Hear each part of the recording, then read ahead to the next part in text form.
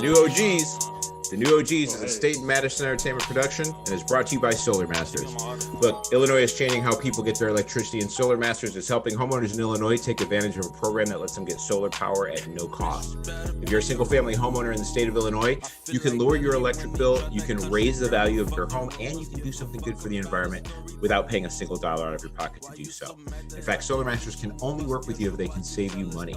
Solar Masters is a Black-owned company. They're a SunPower dealer, which is an American panel maker with over 30 years of solar experience, and they even have a referral program that pays out as much as $500 per referral. So head over to www.gosolarmasters.com and get in contact for a free consultation. Yes, sir. Yes, sir. I just want to check real quick one time, because we do this every week. Yeah. And I'm surprised every goddamn time. This is episode 86. This is episode 86, and I've been surprised 85 times. Yeah. So far, you've been pretty surprised. There's only been one time, I think, where you were just like, that checks. Yeah. So I just want to run it back one more time. Yeah. No, there's a lot of people. It's the first time they've ever heard this. You said by getting solar energy, they could lower their monthly bill for their electricity. Correct. That's one of the main benefits. They can actually save the environment for their grandbabies. They can play a part. Yeah, they can play a part. Absolutely. Way better than the way they're getting their electricity now, most likely. And if they refer somebody else who also goes solar, they get $500 every single time. Whether you own a house, you can refer somebody, and if they go solar, you get $500 every time someone you refer does that. No money out of pocket. Cost Man, let me tell you something. That's better than the last child support payment. I swear to God. The last child support payment, every man should get like a small little victory party. like women should just appear with those champagne bottles with the sparklers on them and shit. Just be like, you made it, nigga, you made it. That's what. It's that good. It is that good. Yeah, that is. I mean, I don't know if you know this, but those parties do happen. You just may not have been invited to one of them yet. That is. I was just thinking when I remember guys first getting them payments. You know what I mean? Like, that is not a party. That is, you don't throw a party with that. Like, sure. Oh Lord, it's gonna be a whole different lifestyle. I'm gonna have to leave. Yeah, I gotta reassess how we're doing business these days. You know what I mean? Like, I gotta maybe we're gonna tone it down a little bit. What, go out? I don't go out anymore. I'm looking for somebody who wants to be in the house. Right. Yeah, Dude, you know what? This is crazy. That's crazy. Like, women don't want to date. Men don't want to date women with kids just because, like, they got kids. You don't want to take care of another nigga's kids. You take care of your own kids. Like, so you don't want to deal with that. But women don't want to date men because that nigga check split. If he got a kid, half that check going someplace else. So he got to be double balling so she could ball on the second team, and that's why they don't want that shit. It's a real issue. Well, listen, if you're a guy who's got heavy child support payments, refer some people over to Solar Masters at www.gosolarmasters.com. Get in contact for a free consultation. Maybe he's a goddamn professional. I want to let people out there know we don't practice this shit. He has no idea what I'm going to say. Every week I come up with something different and I try to fuck him up and stump him. Do I stump him? No. Every time, right back to the goddamn commercial. Hey, that's point guard. That's some Isaiah Thomas type point guard. We are also brought to you by People of Comedy on Facebook. Get over to People of Comedy on Facebook. Watch all the great shows they've got offered there. They're on Twitch. They're on YouTube. They've got a number of great and different shows, everything from information on how to invest in Bitcoin and other cryptocurrencies to what's going on in the Chicago comedy scene to, it runs the gamut. There's shows on parenting. There's shows on, what the Zoomers are doing. There's shows on what Generation X is doing, like this one right here. All different cultures, diversity. The guy behind it, James Webb, is our producer on this show. We get to enjoy every episode. What's up, Les? You just had the South by Southwest thing. South by Southwest is a big deal. It's a big festival. It goes on every year. Comedy is a big part of that. It's virtual this year, right? Yeah, fully virtual for obvious reasons. But yeah, Chicago was happy to be part of it on the comedy end. Yeah. Yeah, and so we talked about this, right? About you producing like 36 hours to produce. Yeah, it's basically a 5 comic special. Yeah, 36 hours to ship, shoot and ship, I got it done in 32. I got 4 hours of sleep. And we debuted it last last night. I choked up over this. A little bit, yeah. It's I haven't slept since, Bobby. So yeah. But no, we debuted it last night at 8 p.m. We headlined the Thursday night portion of the comedy festival, and apparently the initial numbers for the live showing are in, and 1,100 people plus. That's the beginning of the stream. Logged in and watched Calvin Evans and M. Brown and Sarah Perry and Corey Bell and Maddie Ryan crush. That's a great lineup. 15 minutes of comedy That each. is a Yeah, great dude, lineup. I can't even being there for that. Like with those heavy hitters, dude. Like that alone, just in the room, was enough for me. But yeah, man, like we did very well. It's very exciting, and I'm super proud of everyone involved, and the camera crew, my co-producer Andrew Masai of if you're in the Chicagoland area, go to Cairo in West Chicago, go to Oasis Cafe in West Chicago. Represent. He owns those two spots, and he's a hell of a guy. Of course, Brian Morton and Chris Lang from Zanies, and everyone else involved. Young Manny, my apprentice, Young fucking Manny. crushing it. Young Manny, young Ari, my other apprentice, crushing it. Ricky Havensek the third. Stephen Haas, another great Chicago comedian / filmmaker, Yeah, makes the yeah. best Coming sketches up. in town. And Radescu Hopkins, all the Wow, man. It sounds like there's a large amount Hollywood. of talent here. Isn't that interesting that there's a large amount of talent and people to help that talent look and sound good too? Isn't that weird that exists in such large numbers in Chicago? It's almost like you don't have to fucking go anywhere else to look and sound almost like good. that, right? Yeah, almost. You could it's pretty close to a point where you could carve out a living here. Yeah, Like, maybe there's just- comics who are doing it. Not uproot your whole fucking life and lose your family and friends, and maybe just make some money where you're comfortable instead of going to a vulturous place like Los Angeles or an oversaturated pool full of piss like New York. Maybe you should stay in Chicago and do How do you what really you're doing feel, best. James? I mean, I'm just saying, bro. But How do you really feel about him? but South by Southwest, good stuff. Great job, everybody. It was an honor and a pleasure, and I can't wait to see what's next. So. Yeah, that's congratulations, Thank man. you. Mazel tov, dude. Thank you. Great job. Shout out to all the comics, Sarah Perry, M. Brown, Calvin Evans, Calvin Evans, Maddie Ryan, Maddie the Shotgun Ryan. and Corey Boyd Bell. So And this is Maddie. Don't take this as an insult if you're watching. Uh-oh. I love Maddie, but like he could carve a whole career on just doing like industrial comedy and just looking at people's manuals and breaking down like how stupid it is. Because listening to him break down anything, you are halfway. You're like, holy shit, I never thought of that. And you're laughing. And you're like, how the fuck did he come up with that? Dude is amazing. I'm serious. He can have like a $1 million career just going to different fucking Fortune 500 companies and just destroying their processes. Yeah, he should just fix marketing agencies all. Yeah, just walk around like, what are you doing here? Look, let's be honest about what this smells like, okay? Here's what this actually smells like. And it would just be like the perfect analogy that make you be like, you're right, this is terrible. We have to just throw this out. Like he could turn Axe body spray around. Like that's how good he is. X, how was your week, man? I don't know. Let's find out how Rob's was first. Hey, I did well. Even when you You do it wrong, you fuck it up. You do man, it. you just can't make him happy, right? This is a teammate, nigga. Get off of him. God damn. I'm just fucking with you, man. I just fucking with you, dog. I know. I'm just fucking with you because this is hilarious. Why would you stop that? My week was good, man. Here's the thing. I'll be honest with you. I forgot for a second that I was supposed to go first. I was like, because I'm so used to you doing it wrong. I forgot for a second. I was like, God This damn is not helping my esteem at all. This is not. I swear to God, in my mind, I was like, God damn it, he did it again. And then it was me. I was wrong. That's why I said that shit. It was literally just instinctual. Like, he did it wrong. It's the other way. No, it's supposed to be me. It's supposed to be me. I will tell you how my week went.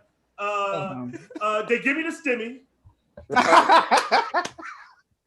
Uh-oh. And then Got you I a went stimmy. out- You did it legitly. Yeah, and then I went out and got this here nice new grinder, and I am exclusively grinding mushrooms in this one. And I got like it's a double blade blunt grinder. I've never had a double blade grinder before, and it literally, I don't know how well you guys can see it. I'm holding up against my thing here. Your affinity ground. Your affinity for mushrooms in comparison to the rest of you as a person is a very unique thing, both culturally, age and size wise. Like there's like, find me how many other 6'7", 40+ niggas who play college basketball like are like deeply into mushrooms right now. You know what I mean? Like, So it's like you and Rodman, nigga. It's just y'all. I'm mad at myself for not. If I did mushrooms when I played, y'all might be like, this would be my podcast, and y'all would just be homies that I knew. I would have been better at this shit, man. Like, I'm better at life because of these motherfuckers. You know what, man? You sound like Phil Jackson in this motherfucker. Hey, man, Phil had rings, man. Y'all would be niggas that I met while I was playing ball. I was like, hey, you know, there's a podcast thing going on. I'm gonna tell stories about my greatness as a basketball player. Why don't you niggas come on? That's what would have happened if I did mushrooms then. Yeah, it's no, I mean, I applaud it because as someone who, you know, the heavier end of my experimentation was in my early 20s. And so like I have an affinity and like an appreciation for the fine art of playing with the chemical side of things, right? So like I still am a big fan. I just, you know, because of that knowledge, I also know ain't a lot of 6'7" black motherfuckers. Hey man, I still who are just like MDMA and dick pills is still my slogan for this summer. I know. That's my slogan. Yeah, I just mean the totality of it is like there's just not a lot. You know what I mean? It's just you're a rare animal. I'm gonna back off the coca because my doctor scared the shit out of me, and he said I didn't say anything about. Now, mind you, I said nothing about cocaine before this. Nothing. He knows I smoke weed. Said nothing about cocaine, and he said he just goes right and he goes, yeah, you know, it's not like, you know, guys who do cocaine all the time. That's just kind of a crapshoot because it's really random when like the time it makes your heart explode. And I was like, what do you mean random? He goes, no, it's completely random. Like it literally, you could be completely healthy otherwise, and it can still hit you. And I was like, the fuck, what? Where does this come from, man? Why would you tell me this in the middle of an exam? Fuck you.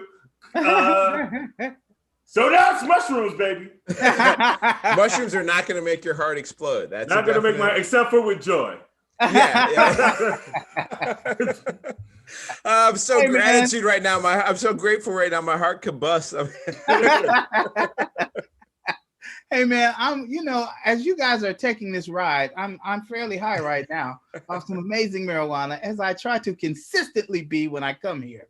And so as I'm watching y'all move and talk, this weed is telling me like these guys are physically amazing because shit, I didn't do no drugs, like nothing when I was young. My drug of choice was sandwiches.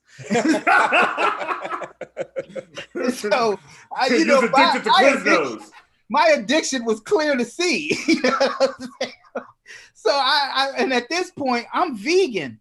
And even when I eat junk food, it ain't got no meat in it. So my dick works amazingly well, like way more. I have way more output than people could take at this point. Like, it's crazy. I sent you this a very attractive female comic has a bit about vegan guys having great dick. And she's just going on and on for like 2 minutes about how great vegan guys' dicks are. I sent that clip to you this week, man. So man, validation. I'll be honest, like if there was like if someone could show me like legit studies. I mean, I consider, you know what I mean? I mean, like, you know, steak ain't as good as fucking. So wait a minute, Bobby. Let me just call bullshit on this one. Motherfucker, you have the entirety of all knowledge in the palm of your motherfucking hands. And you gonna say, I don't want to look. Hey. Because everything is working. So like if it's working and I can eat Bobby steak, don't want to look. Bobby doesn't want to look that shit up for the same reason I won't let a girl stick a finger in my booty when she gives me a blowjob. I'm terrified that shit is amazing and true. I don't want to know. I don't want to know. I don't want to live in a world where I know that to be true. So I'm staying in denial about it. I mean, it's amazing and true, but it doesn't make you have to go do anything else you didn't want to do. Bobby, you can take that whatever way you want, but I'm just you don't get fat like this by having boundaries, nigga. That is amazing, man. That is comedy beautiful right there. That is comedy at a level that most people don't understand. That's amazing. How you doing, Rob? I am outstanding. You understand what I'm saying? Like, man, I am amazingly well. What I'm doing is I'm trying to learn how to be a better person so that I could live longer. You dig what I'm saying? Just the opposite of all the shit that y'all was just talking is what I'm thinking now. I have major food addictions, and I'm trying to find ways to get around them while I am under quarantine, right? And I'm also battling with the fact that a lot of old dudes or dudes around my age who I really respect, who are really bright, are anti-vaxxers. And you know, they are working hard to keep me from doing it. Look, dude, I'm gonna do it. You know what I mean? When I look at the evidence, despite any other reason I have to mistrust the government, if I look at the evidence and people were dying and they not dying no more, and when I see my personal old people, the people that raised me, like, boy, you better go over and get that goddamn shot. Right, when people who are alive when Tuskegee was going on. yes, exactly. Like when people who could have been Tuskegee were like, you know, these people don't trust the government worth a damn. And if they going to get it, fuck what y'all talking about. Fuck a herb, fuck all that shit. I'm going over here with these old black people going, fuck you. Yeah. Yeah. So did you get your shot already? You got yours already. I got a shot. I got it on tape.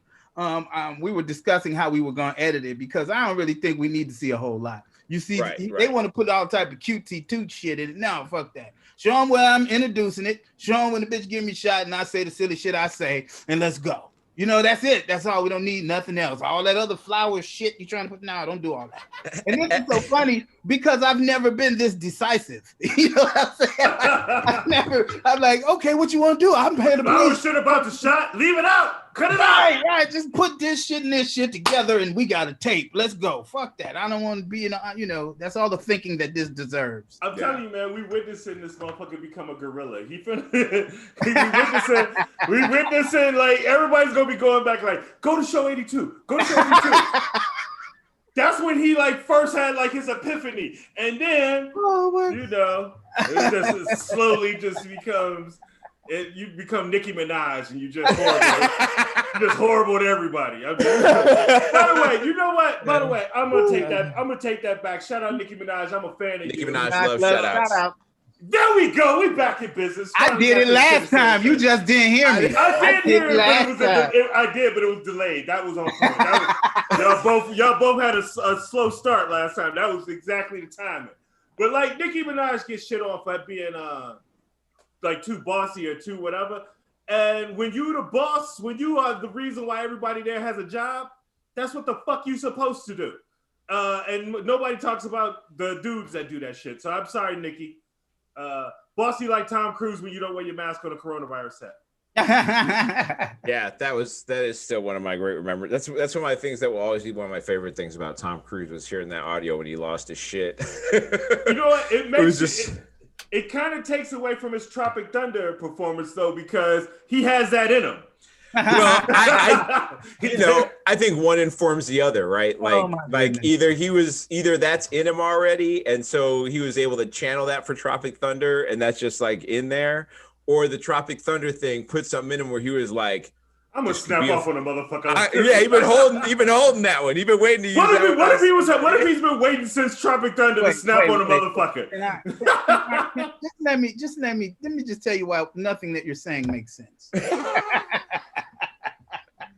You are trying to tell me that a short white dude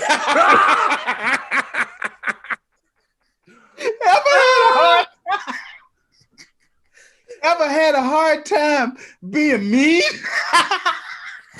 Man. These motherfuckers took over whole countries. I apologize. Yeah, that was short-sighted on our part. You know what I mean? You are correct. We were probably just a little short-sighted there on that one. And on that note, whenever somebody brings up short dudes and their attitudes, I want to say, fuck King David, not the gangster, but the motherfucker from the Bible. He's the one who started all this shit. When he shot that slingshot. Also, that's also the first nigga. That's the first nigga to go get a gun at a fight. Is David. Like, hold up. Oh, big nigga. Oh, they got a big nigga. Hold up. This is a consistent thing I hear a man who is 6'7" be upset about. This David Goliath shit. Because, man, I hate those little motherfuckers. It's a no win for me. It's no win for me. If I knock him the fuck out, oh, why your big ass hit that little nigga? And if that nigga get one shot on me, that nigga get free lunch for life. Niggas get to brag about how he popped that big nigga in the face that one time. Like, here's the thing. Goliath didn't even die. Like, he put a knot on that nigga head and he went home mad. But the story just kept building because short niggas is always making up shit. That's a really rough problem to have, brother, for real. Because, the fact of the matter is, odds are eventually one of these motherfuckers gonna get a lucky shot in. That's the story we talk about all the fucking time, and not all the millions of times. I bet you if we did real research, David probably wasn't even king. That nigga was probably like mayor of a small city. This short niggas just brag about shit that ain't necessary. Well, you'll never hear somebody say I'm 6'7.5". No, never. You're 6'7". You know what? Because once you're over like 6'1", you don't give a fuck about halves anymore. So 6 feet, really. If you're 6 feet, you don't give a fuck about halves. Yeah. Even when I was 13, once I got to 6 feet, I was like, well, we gonna be specific now. We go. we round it to whatever it is that I want my half, nigga. I'm only 5'9". I need that half or 5. Somewhere. Hey, I say this, everybody.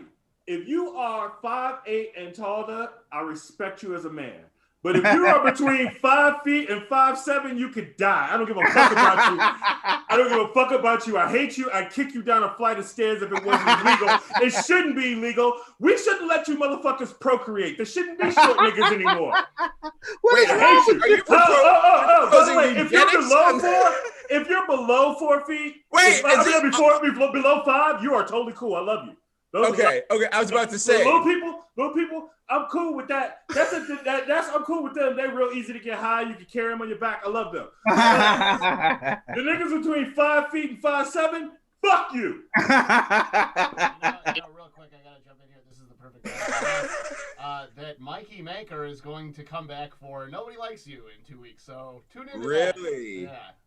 Is that his second appearance on the show? This is Mikey Maker's second appearance on Nobody Likes You. He'll also be on Dale City after that, and Hillary. So Mikey Maker World Tour, Short People, coming back live in the studio in 2 weeks. What a shocking set of podcasts he's going to be on.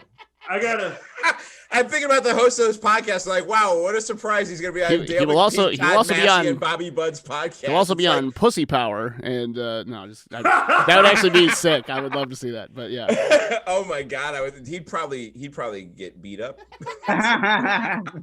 He is too small for anybody on Pussy Power. Yeah. All the bitches have got a boyfriend that they fought bigger than that nigga for sure. I guess that brings the right time to talk about this fucked up situation going down in Atlanta. The shooting that happened down there at a number of massage parlors by a dude named Robert Aaron Long, who I guess some were saying that I guess he may have frequented some of these places. He was taken alive, of course, which tells you what race he was. That's it. And I know there's going to be some levels of hyperbole spewed throughout this podcast or throughout talking about this stuff as it usually is, but I think I named this podcast, this episode, it's racism, simply because I have seen already this giant defense over it not being about race in this situation, and I just want to be clear that whether it means it's you particularly who is a racist person, or whether it is surface level or subconscious that you are being a racist person, or like this. When you have 400 years of history built on something, it is nearly impossible for it not to be a thing that you are constantly in some version of push or pull with.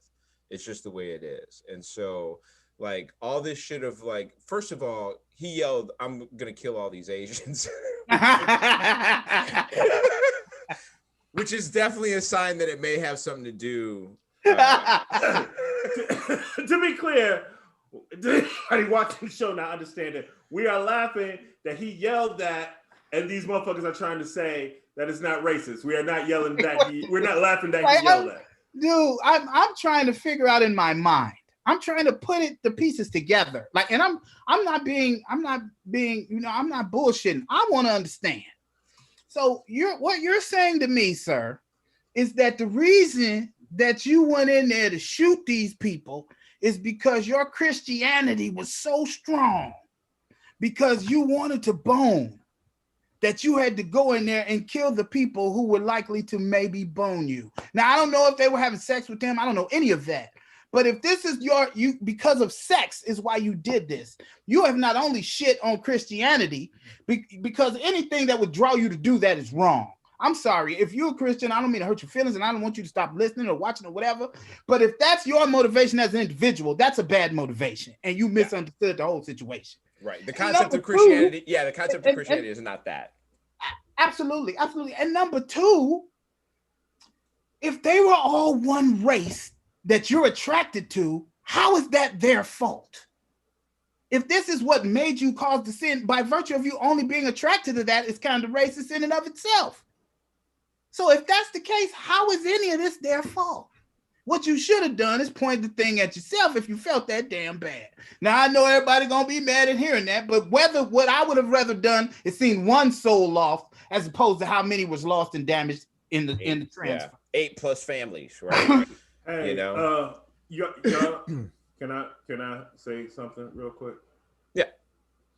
Fuck that bastard, that punk motherfucker. Here's the deal. It's 100% racial, because if you have never been to Atlanta, I can't believe, Bobby, earlier you had a conversation with somebody on a message board. They're saying that's the only place you can get hookers in Atlanta was at the Spas or club, which is the most ignorant. Asian-owned massage parlors is the only place a 21-year-old could find a sex worker in Atlanta. Is literally nigga. Literally, Atlanta. Let me make this plain for you white people who might not understand this. Atlanta is literally built on black pussy being sold in clubs. That's what made the motherfucker. I am not exaggerating. It's literally made on that, because we used to go down to that motherfucker 30 years ago and do something called Freaknik.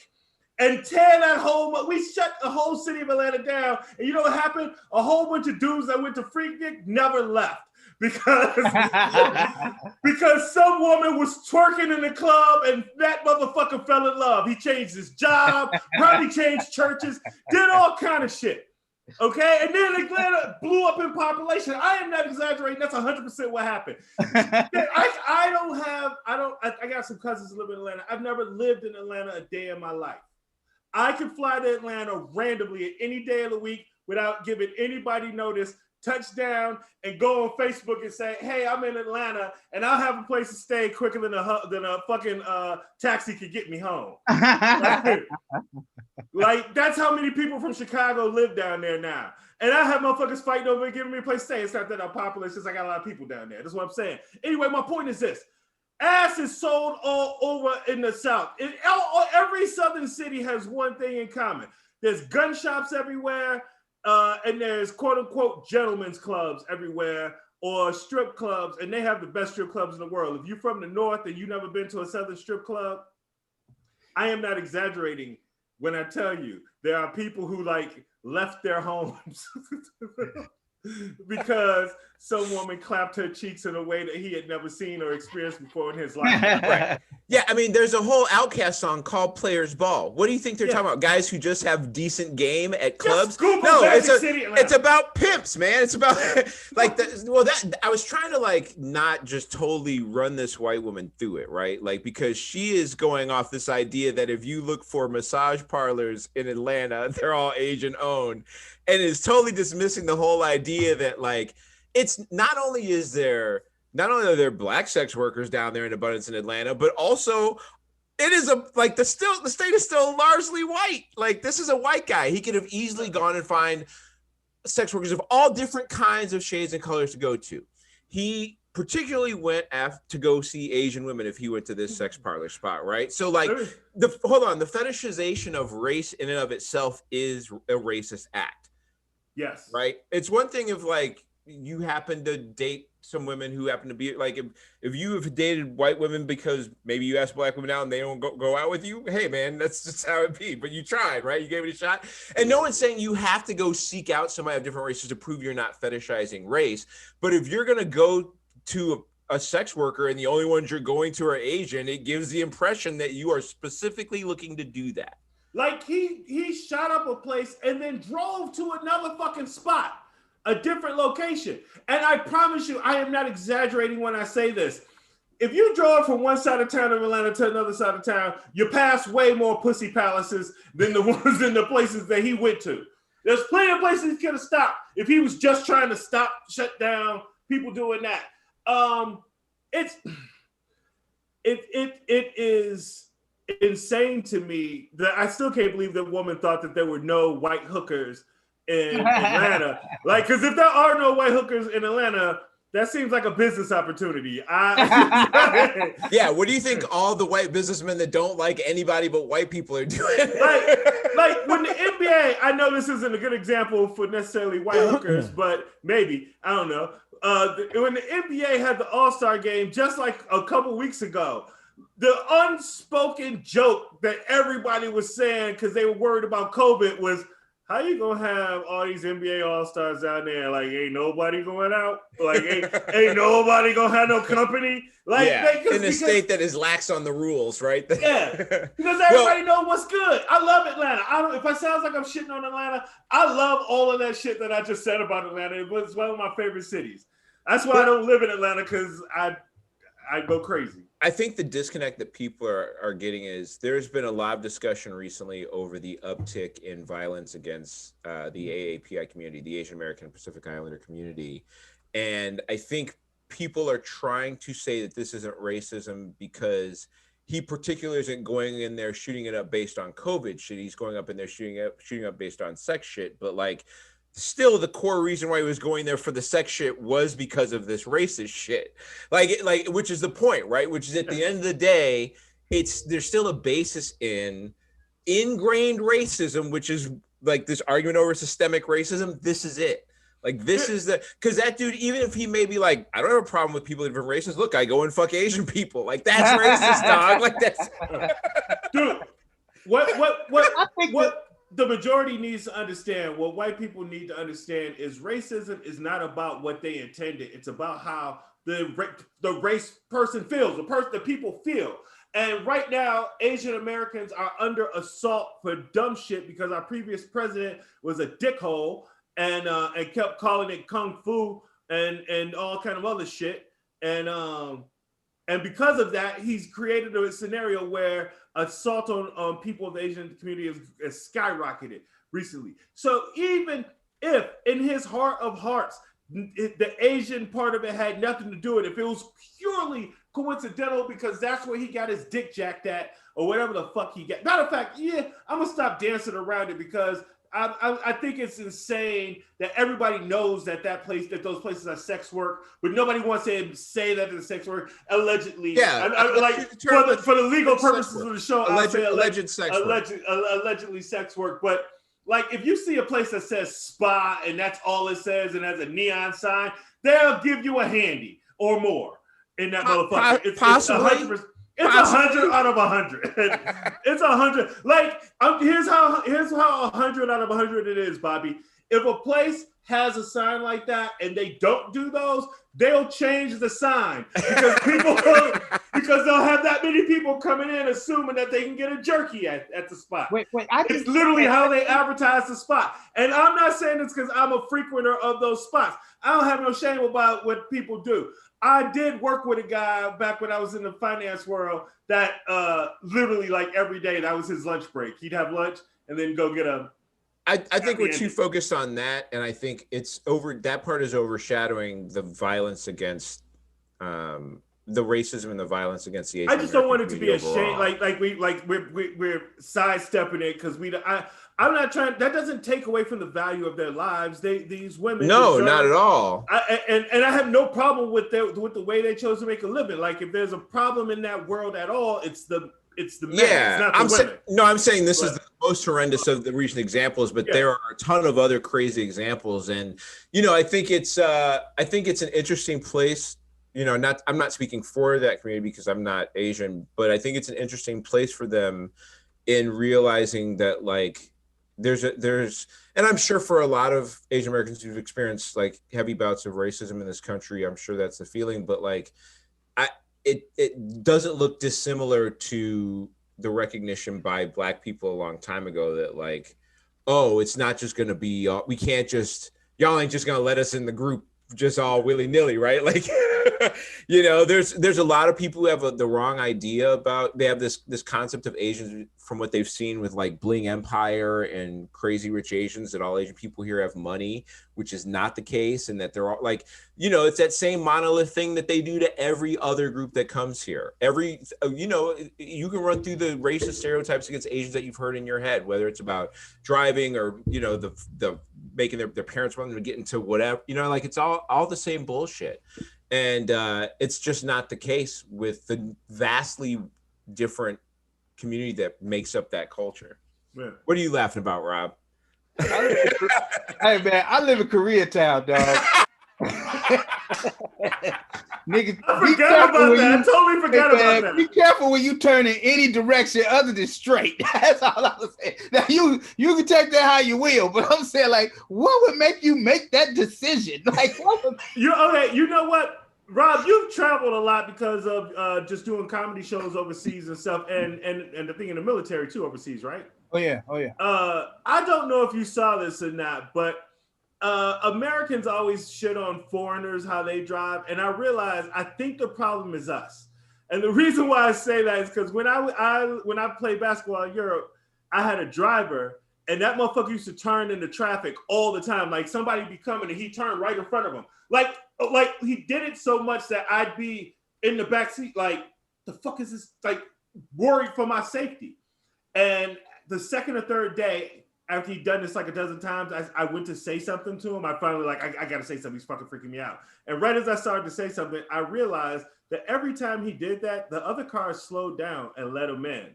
They weren't assholes like us and see a car turning and speed up or just drive right into them. In their culture, when you need to turn, they're like, oh yeah, go ahead, turn, buddy. Yeah, not everything's a competition over there. Like exactly. And I was like, oh shit, they're better people than us. That's that's the moral of that story. They're not bad drivers. We're assholes. We're the bad drivers. Yeah, because we get offended because somebody thinks they deserve to go ahead of us. How dare you think you should go ahead of us, right? I mean, it's part of the crazy brainwashing that makes people decide that they should just beat up random Asian people because a guy said horrible things about a virus that we're all dealing with. Even though, as you can see now, there's a number of different strains from different places. Like before it's over, every country is going to have their own strain of the virus. So what are you going to do? Just go around beating up everybody? Like that's just a stupid way to live your life. And it leads to crazy other shit. Like they arrested some dude outside of Kamala Harris's house with guns and ammo and shit. Did you see that went on? That like outside of like currently, like outside of like not like this isn't a story about some years ago. This is like the current vice president. They arrested this dude from San Antonio. He had a rifle outside of her crib with ammo and shit. This is the part of the podcast that I use as mental health exercises, as it were. You get me high and I'm talking to my boys and shit, and I'm gonna tell you the truth the way I see it. And the way I see it is, I'm definitely afraid. I'm about to go on tour and I'm afraid because if these people will go after the vice president of the United States, then what make you think I'm not susceptible to these motherfuckers in a room full of people that they ain't checking for guns? That is the reality of my life as a black man in America. Now I know this is a downer and all this shit, but I'm just saying this is what it is, and people need to understand and know that. people need to know that I'm not being hyperbolic when I tell you this shit is fucked up. I'm telling you the truth. You know what I'm saying? sorry. I know you are serious, but I just saw this clip getting played on the news after you get shot in my head. He predicted it. And us laughing about it like this afterwards. Oh, great. I mean, somebody, so like the truth is like that was always the potential. The problem is that, and this is what I think a lot of I've been running this a lot lately because I've been seeing these, because the same way that this woman, like, who otherwise I wouldn't looked at her page because I'm like, well, let me see, maybe this lady a nut, or is she just like, because I had to ask her at first, like, is your statement like dealing with just like some bigotry? Well, just let me because I wanted to share the story with you. Yeah, I'm sorry. The problem is that's what makes white supremacy what it is the way they experience the world is the only way the world could be, right? And so if they tell you this is horrible because of this, okay, it's horrible to you because of that. Now, if it's not horrible to me, then it may not be horrible. You know what I'm saying? And that's she only know one place to go get to go see a whore, because that's where her husband goes or whatever. You know what I'm saying? But it's not, you know, and that's the whole thing. Yeah, I mean, you know, there's this thing that I've noticed, and we talked about, I think, the other day in a separate conversation, where there is a segment of largely white men and some white women too, but largely white men. And you see it in comedy a lot too. There's a lot of these comics that are just like, they have decided that because all politicians have some hypocrisy, and that all politicians may have been shitty or belong to a group that was shitty in the past, that therefore the whole thing is bullshit. So why even try, and who cares? And it's all just bullshit anyway. So let's just be shitty. And like, who gives a fuck? We'll just call it for what it is, and who gives a fuck? Who gets mad? But they're all people who aren't going to suffer no matter what. No matter what happens with the system, they're going to be, as the system continues how it is, with the shitty people they talk about, both left and right, still in power, they'll be just fine, because people will go buy their dumb shit. And if the system falls apart, they're on the sides of the guys with the guns anyway, with the dumb shit that they're saying and supporting. So as far as they're concerned, and they use this cover of like, well, you know, we're just comics. You know what I mean? We're not fucking shitty human beings who are pushing shitty ideologies. We're just being funny. But that's not what's happening. They're also supporting that bullshit. And so, but the reason they feel that way is because they feel like everybody who's in power is just a giant hypocrite. But the difference between that I find in different ideologies is one side believes that the past needs to be embraced and loved, and should be how we act in the future, and how people should behave and structure their lives and relationships. And the other group, or a lot of people, or largely the opposing ideology, is the history is there and we should know it, but man, a lot of that shit is fucked up. And as we go forward, we should keep trying to improve on that fucked up old shit and throw out the shit that don't work, and maybe not buy so much into some bullshit we heard before just because it's some old shit. Like, because a lot of us are fucked up right now because of that old shit, and we've recognized that. And so we're trying to be better. Even some people who may have been shitty in the past are trying to be better. And they still slip up, and they can't do everything, and they still play by the old rules sometimes, and like don't bend as quickly as maybe people who haven't experienced all that may be quick to bend, right? But the difference is there are some people that love that history and think it's an okay way to keep pushing, like, oh, if you want to be gay, well, fuck you then. That's their idea, right? Like, because in the past, we didn't, they always want to yell that shit about, like, well, we didn't used to have gay people running around doing whatever the fuck they want, so why should we have it now? Well, because we didn't have other people other than me happy. We're smarter, dummy. That's the reason why, because we grew the fuck up. That's why, because we know that, like, yeah, 500 years ago, nobody believed germs exist either, you dumb fuck. Like, we grow and evolve. And the people that didn't think germs existed when they found out they did were like, oh, I guess they do. They didn't sit there and hold on to the idea that they didn't, you dumb fuck. They grew. That's what the difference is in the ideologies that we're dealing with right now. And that's the struggle that's going on. Oh, even though they amass as a group against these things, what it really boils down to is each one of those people personally, something makes them uncomfortable, or something makes them it doesn't go to the way that they want it to go. And so because of that, they think it shouldn't be which is a really, really crazy way to think, man. And now I'm starting to figure out why all the books and stuff say like there was like a point where we just like we had to get rid of a certain type of people. It was those motherfuckers.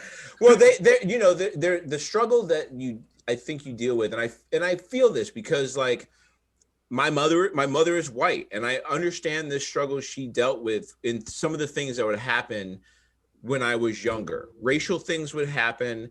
I was a very I was a very black militant teenager, and there's a surprise. My mom, right? Oh man, you think I'm hardcore now? God damn, man, I wore a dashiki for a year one time in high school, motherfucker. Kid, with the fucking kufu and everything, dog. I wasn't fucking around. You know what? But back during that time, it was a time where we were starting to realize this shit ain't right. Like, this is our teenage minds. But my mom struggled with this concept and I realized what it is, and it is a facing the reality that there were people that you loved and held dear to you, and even sometimes some thoughts you had that you thought were a certain way, that you have had an uncovering of your eyes and realize that there are some people that you fucking loved with all your heart, that you thought you were awesome people, and you go back and you remember some things they said and you go, maybe they weren't that good.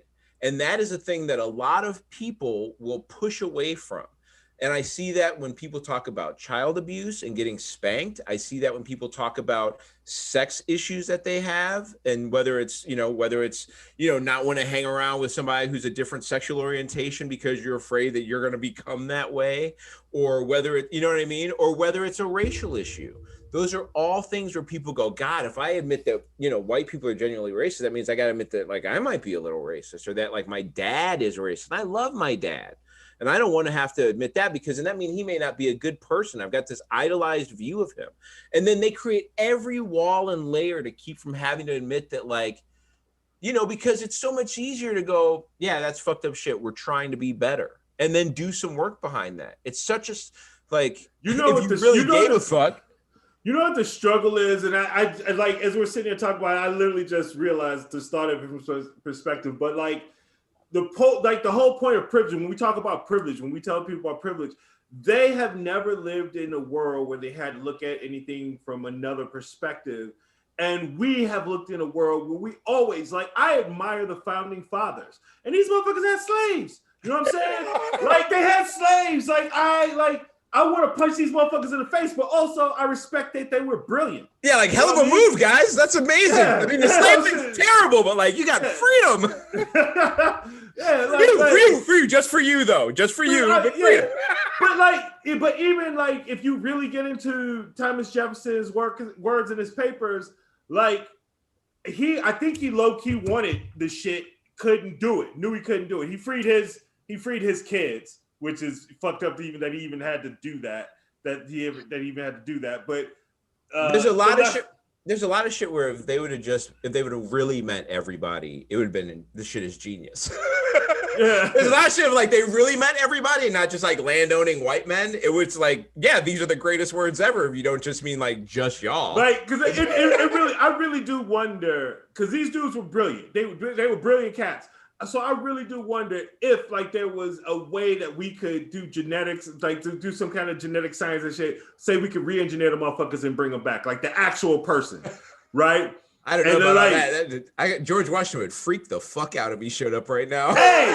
I'm just like sitting here listening to this shit. Like, what in the fuck are you talking about? Why are these slaves talking? Why are these slaves talking and not working? People be like, we done gave y'all this shit, you done fucked it up. Oh shit, that shit would never work. Who's this black woman in the White House? Why is she not wearing an apron? You see John Adams turn to Thomas Jefferson and hand him couple gold coins, like, what's that? I just lost a bet. I just lost a bet about whether or not we should have freed the black people. Speaking of losing a bet, y'all see your boy slip up the steps going on to Air Force One today? I saw the video clip you said. Yeah. I just think it's ridiculous to expect so much from a motherfucker in their 70s. He's 78, dog. He's 78. He got up to the top and he still did the shit. You know, he still got up there. He might be 79. I think that nigga just had a birthday. Nah, I think he just turned 78. Hey, that old cracker that slid down the ramp was funny. I'm sorry, man. You the one that's telling us you are physically superior. Every one of your doctors is saying we don't know how this motherfucker surviving on hamburgers and shit. And then this motherfucker got the challenge of walking down the instinct, walking downward, and he can't handle it and shit. So to me, that made it funny. I mean, Donald Trump being that size and his doctor calling him healthy is like there's a car called the Nissan GTR, and when it first came out, it made like 400 and some odd horsepower of a V6 and did like 0 to 60 in like 3 seconds, right? And even scientists are just like, physically that doesn't seem real, but it had whatever they're doing with the engine, the shit's happening, right? I don't know what the fuck's going on, but somehow this car, the car is like 3,300 pounds. Like it's none of the physically, it shouldn't have been happening. Yeah, it sounds heavy. That's heavy. Donald Trump being the healthiest man sounds like the Nissan GTR 0 to 60 time is what that sounds like to me. Hey, but if you ever seen pictures of Donald Trump's parents, that nigga might get vampire blood. You know, he got some shit going on. You know, them motherfuckers. Like look at your heartbeat is so slow. I just see an unhappy white woman and a bossy ass white man. That's what I think. Like, you know, Melania thinks she gonna outlive this nigga, and she just don't understand. He gonna be like 97, still trying to grab the pussy. Let's talk about something that Biden is doing though. 100 million shots in arms is, I think, today, right? He's got that done today. Yeah. He did something that Trump didn't want to do, and he enacted the Defense Act, right? He got them involved in the production to help things going on. You know, it's one of those things where this is going to be one of those arguments that'll happen forever over who's going to get more credit for what. But the only reason we have this many people infected is because of this dumb motherfucker in the first place. So, you know, there'd be a lot less saving to be doing. You know, Biden wouldn't have to look so good if Trump hadn't lowered the bar so low for him to have to get by it to hop over it. I think that there's a stat that came out that said that 1/3 of COVID deaths were tied to insurance issues, which is going to really help the fight for healthcare for all. You know, that's a lot. So, by the way, I just saw something right before we came on the show that the Democrats are not going to destroy the filibuster, but they are going to alter it. And apparently, Joe Manchin is on board with altering the filibuster the way that they're going to do it, and they're going to make it in a way that they can still actually pass shit on a 51 vote, not need 60. He said he was in support of that whole idea of making them have to talk for the whole time. Like, yeah. But does that change the threshold of the vote that you need? It won't, but it makes it harder. Like nowadays, basically, if you want to filibuster, you to make it easier to end the argument. Yeah, because right now, if you want to have a filibuster, you pretty much have to be like, we will filibuster if you try and do this. And then they're just like, well, if they're going to filibuster, I guess we can't fucking do it. And if they make them have to you literally will have to be on the floor speaking the whole time. And then when you stop speaking, your shit's over. So like, we just you can't vote now, bitch. We're gonna wait you out. Yeah. We just gonna wait your ass out. All the whoever's on the other side is gonna be like, we just gonna sit. And Mitch McConnell's dumb ass is like, well, if you try and do this, then I'm gonna Mitch McConnell some shit like Mitch McConnell would do. But like, you got Mitch McConnell some shit anyway, motherfucker. Like, it don't matter. You've already done it. You've already shown us your entire booty hole. There's no more thrill there, homie. Let it go. We finna do what we finna do, just like you did. He's the boy who cried wolf at this point. Just like, yeah, we know. You're going to fucking try and pull some shit to fight it. We get it. We know. We already know, guy. We know you're not going to... Whatever the fuck they say, you're like, this is a terrible time to do this shit. We got to help do nothing for nobody. Like, people don't look at this because I don't think a lot of people pay attention. But when Biden got inaugurated, like if the time frame between January 6th and the 20th, there was a lot of fighting inside the Republican Party, obviously, because there were people who sided with Trump and people thinking we should go the other way. And the single thing that they said that was going to bring the party together, and the thing that they wanted to focus on when they got the party back together, was going against Biden's agenda. Now, at no point did they ever say getting our agenda, because we think we have a better plan than what Biden has, or we think we have better ideas than Biden has. All their entire fucking plan is just to fucking block whatever Biden's going to do. And them telegraphing that, I'm glad it looks like the Democrats are calling their bluff and saying, okay, and doing this because some of this shit is going to, if the Democrats the reason why the filibuster exists is because they don't want to have to actually vote against the shit. They don't want to be on record saying no to something that would have sent millions of dollars to their state, right? Especially when they don't have a plan. That's the point. That's the reason why I brought up the whole they don't have a plan shit. They don't have anything to replace it. So when they have to go in debates and shit and campaign in 2022, and you say, why did you vote against this? What was your idea? And they don't have one, they're fucked. And Democrats are just going to knock them out. And so even if they don't get shit done for like a year and a half, 2 years, because of this shit, just changing this shit now will open them to put pressure on the motherfuckers to stop doing this just we blocking everything bullshit. Yeah. As the way it looks on its surface, it's hopeful. But but the reality is, in my mind, and I could be totally wrong, guys. I could be totally wrong. But we've been going through this shit for a few hundred years now. There's the ultimate problem that you're always going to have is that the true control will never lie with the people. Sure. And that's when America will stop being America. There's been incremental wins here and there. I disagree with that completely, Rob. There's small level wins here and there, and if getting the filibuster to change a little bit is the thing that actually sounds close to the type of small win I would expect than but and some other stuff that's been going on though, out of this relief package, this 1.9 trillion, 5 billion are going to farmers of color. That is wonderful. Essentially black farmers. They've lost more than 12 million acres of farmland over the past century, mostly since the 1950s. And so there's 5 billion of the relief bill that's actually going to black farmers, which is, when you're trying to line up the things that Biden is talking about, that's not a terrible thing. That's a thing you want to put in the not a terrible thing at all. You want to put that in the good column. It also came out that Russia definitely interfered in the election.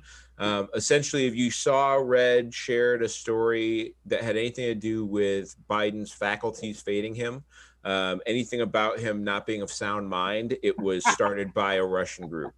That's literally like essentially, if you shared something that was that story originated from a Russian source. Man, once again, we got to tell you motherfuckers, this was wrong. You know what I mean? You're not a bad person, you don't like eating puppies or nothing like that, but you were wrong. Right. That's it. It's okay. And you know what? It's okay to Well, is it not cool to eat puppies? I'm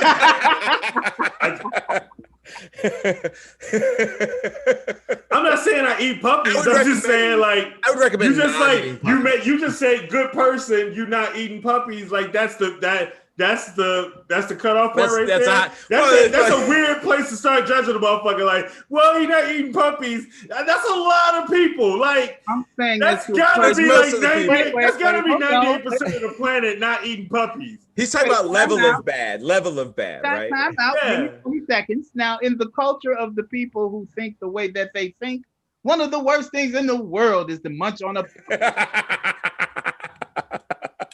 This is reasonable. I can't wait to see if Michael Vick get the vaccine. If Michael Vick is okay, then I know it's good. Yeah, if they don't poison him, ain't no. That's who you got to wait on. If they don't fucking kill Vic with the vaccine, then it's got to be all right. If they put Michael Vick on TV getting the vaccine and he fine, niggas be lying everywhere. Like, they didn't kill Michael Vick. It's good. It's good. Hey man, in order for Michael Vick to do it, he gonna have to Eddie Murphy it. He gonna have to dress up like somebody else. I'm here to get the vaccine.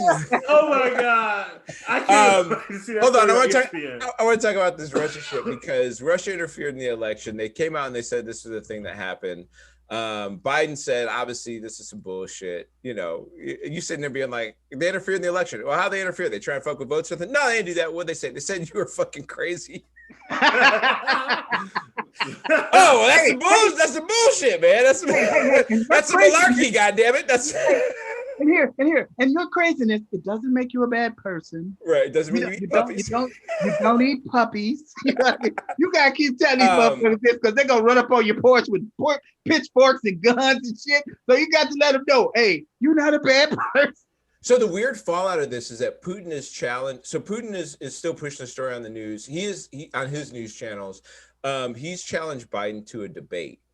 And the wildest thing that's happened out of this is all these Republicans and people on Parler who are cheering for Putin to beat Biden in a debate, which seems like the opposite of patriotism, right? Like, even if you like, listen, if Trump would have debated Putin, I'd have still cheered for Trump because it's USA all the way, baby. I don't give a fuck. Yeah, man, I don't like you and I don't want you to be in charge of daddy. But if you got to go up against some shit with somebody else, like, yeah, it's us all the way, man. I'd at least rather you be more competent than like the other guy, especially Putin. Like that seems like a no-brainer to me. You know what I mean? Like I would not cheer for Russia against the USA in any version of anything that's going on in any manner, right? Like that's just, maybe that's my own personal like thing here. Obviously it's a weird thing considering the place. Man, I get that, but you know, Chicago's fucked up and I get homesick for that place every time I'm not in it too. So it's the way there is a thing about where you were from and some like internal whatever about that for me. So much so that I would cheer for a guy who I think belongs in a jail cell if he was to go into a debate with somebody from another country just on the grounds that he was also born in the same stupid fucking place, right? It's the same thing. So it's weird. It is weird to see those people stand out. Hey, Mitch Trubisky plays for the Bills now. Yeah. Local sports news. I just wanted to throw that in there because I saw that before. We've been talking about this weird attachment to history and people's denying of it. Kirk Franklin and his son had a fallout. I have watched versions of the video, or like segments of the video. I think there's been this like weird defense by Black people about being able to hit your kids. And I know that's a history in our culture. I was spanked and also like hit for no great reasons by my dad at various times. Things he apologized for later. I've never hit my kid. It's just it's that attachment, right? And I think in this country where we have generations of people who dealt with a discipline that was physical, you know, chattel slavery was an extremely physical discipline. You know, the same way that if you were abused, it's very likely that you may be an abuser. Like this is a generational way of disciplining the people you're trying to control. And we had our own talk about this, but you know, the fact that his son is grown doesn't really mean a whole lot to me. Like, unless his son is like, like self-defense is one thing, right? If your son shows up at 33 and wants to beat your ass and tries to put hands on you, defending yourself is one thing, but telling your son I'm going to fuck you up is like, it's a weird. Yeah. I battle with this because I'm still afraid of the old people in my family. You know what I'm saying? Because a bunch of them will get together. See, they stick together. That's the problem. They catch your little ass by yourself, and they've raised us that way. Where they catch you by yourself, like, okay, what you say? You know what I'm saying? Like, so, but I'm endeared with them, right? So it's a hard place for me to be. But me, man, if I had kids, I would never hit them because I ain't got no reason to. You're gonna do what I say, you little. You know what I'm saying? And even if you didn't, I don't see myself being that mad at something that I love that much. It's okay. There are better ways to do it. Go ahead. So I punch my son in the face almost every day of his life. But, but it's done with love. It's not an actual like pow. It's a thing that we have where I say you didn't have to come up fighting and doing all the shit that I had to do, but you're not gonna have your guard up, man. You always gotta be ready because life's gonna punch you in the face. And I just, kind of tag him one time, keep your guard up. because that's as much as about a punch in the face as I hope he ever has. But it's to talk about that. Hey, stuff happens. But anyway, my point being, my mom whipped my ass quite a few times. And I pretty much most of the time I deserved it. I think like maybe once or twice I was like, it was some like a miscommunication, and I caught it. It's amazing how you probably didn't though. Yeah. I'm not trying to justify it. What I'm saying is, I am trying to justify, but I would say, I understand from where she was at, where she was at, and also I'm like a foot and a half taller than her. And I was like since almost 8th grade, so some of that was just fucking fear.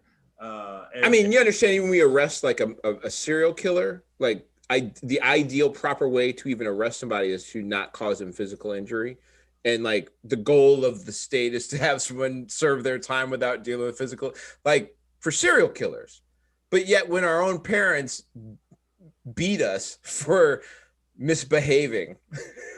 We sit here and we go, well, I deserved it. Did you really though? Because how did you deserve it? But you know what I mean? But our stance as like a way to keep our society civilized is ideally to not lay physical hands on someone who may have murdered multiple people. Like there's no part of the justice system that's like, and then we give them the 15-minute beatdown. Like that's not a part of the justice system. So like if it's not okay for how we treat people who have like broken the most heinous crimes, then it can't be okay for your parent to treat you that way. You're making a very, very valid point. However, I would just say that most serial killers are white men, so you know they're gonna get treated.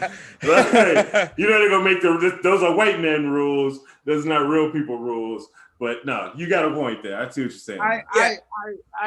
I don't know. I worked in the jail. How it happens and how it's supposed to happen are two different, right? Like you're not supposed to be fighting in the jail. That's just it happens. But obviously, the reason that happens is because a lot of those people come from homes where fighting happened.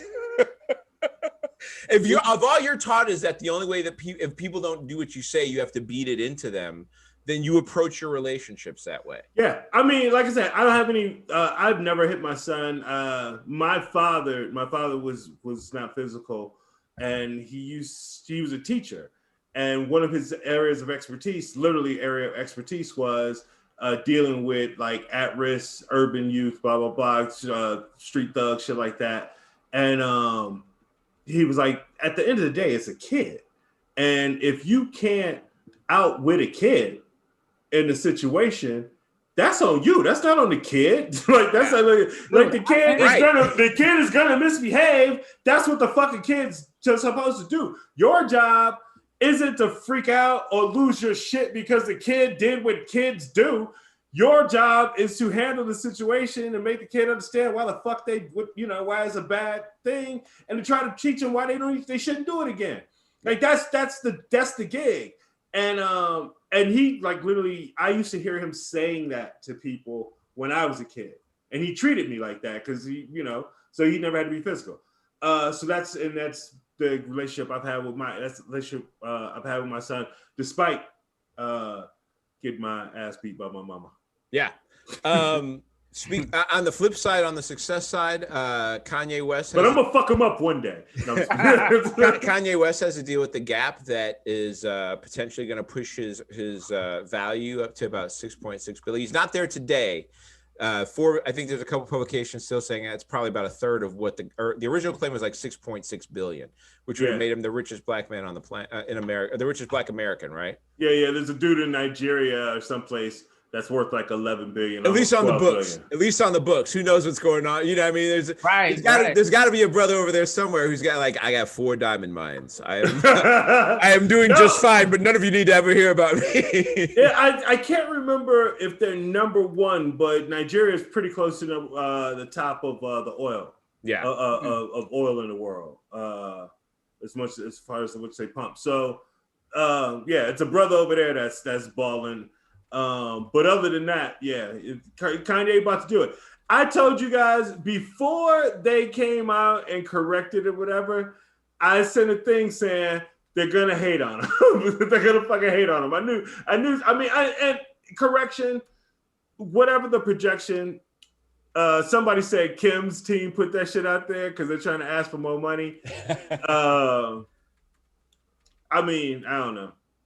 Why? But, I mean, hey, why would Kim need any money from him?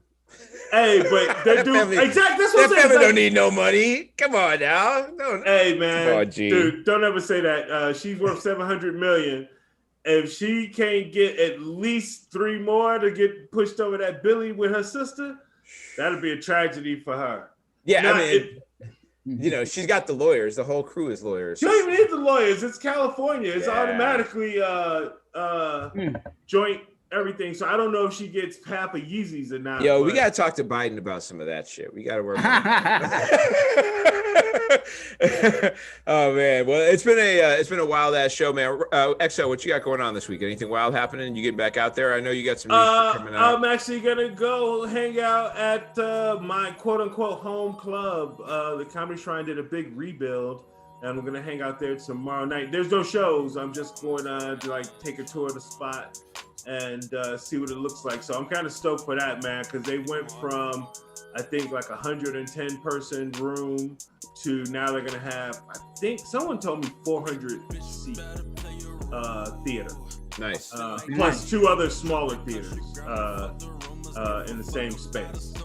So I'm excited to see, because he had if you've never been to the Comedy Shrine, if you're any place that's not Chicago, and you're watching this or listening to this, it's a very cool venue, and I'm excited to see what the new space looks like. So you can check me out on XL Comedy. I'll probably post some pictures or something if they let me. Rob, you got anything going on this week, man? I know you're starting to book up stuff to get back out in the world, right? You got your shot now? I'm just starting to. I don't know exactly where we're going. And I make a lot of announcements on here that I can't always back up because I don't know the strategy, right? And then I come back and they're like, oh no, we changed. I'm like, well, you motherfuckers ain't told me shit. You need to get a clear lineup from your publicist about what you can promote. Absolutely. But I don't really, I'm gonna do what I'm gonna do, but at the same time, I don't want to mess nothing up. But I was we have come to a strange agreement. There are some things that are about to happen that are amazing. I know I've been promising, but as I know right now, as I sit here today, the release date, I've showed them already. They already know what we're talking about. The release date, it appears to be the 22nd of March. Yes. That's Monday. That's Monday. Yes. And and it is amazing, man. I haven't even seen all of it yet. I've just seen the mock-ups of it. They're still working on it as we speak, but it is amazing. I'll see you guys some pictures later. The other thing is, with that, the special comes out with what this other thing is. Okay. And the special is called Lockdown. Nice, love it. So that's how the two are related. There's some special stuff coming up that everybody's going to love, and we are matching that with the special stuff that you didn't know about me. That's great. Where can people find you online, man? Everywhere, and they're GIF. It's been another great show. You can find Rob on the line everywhere. You can find me at Mocha_Jesus on Twitter and Instagram. You can find the show at New OGs Pod. Make sure you go to People of Comedy at People of Comedy and People of Comedy Network on Twitter and Instagram. Check in there for all their great shows. We'll be back here next Friday with another great one. Thank you for sticking with us today. It's been a good one. We out of here. That's what's up. Get some sleep, James. Please. Oh, yeah.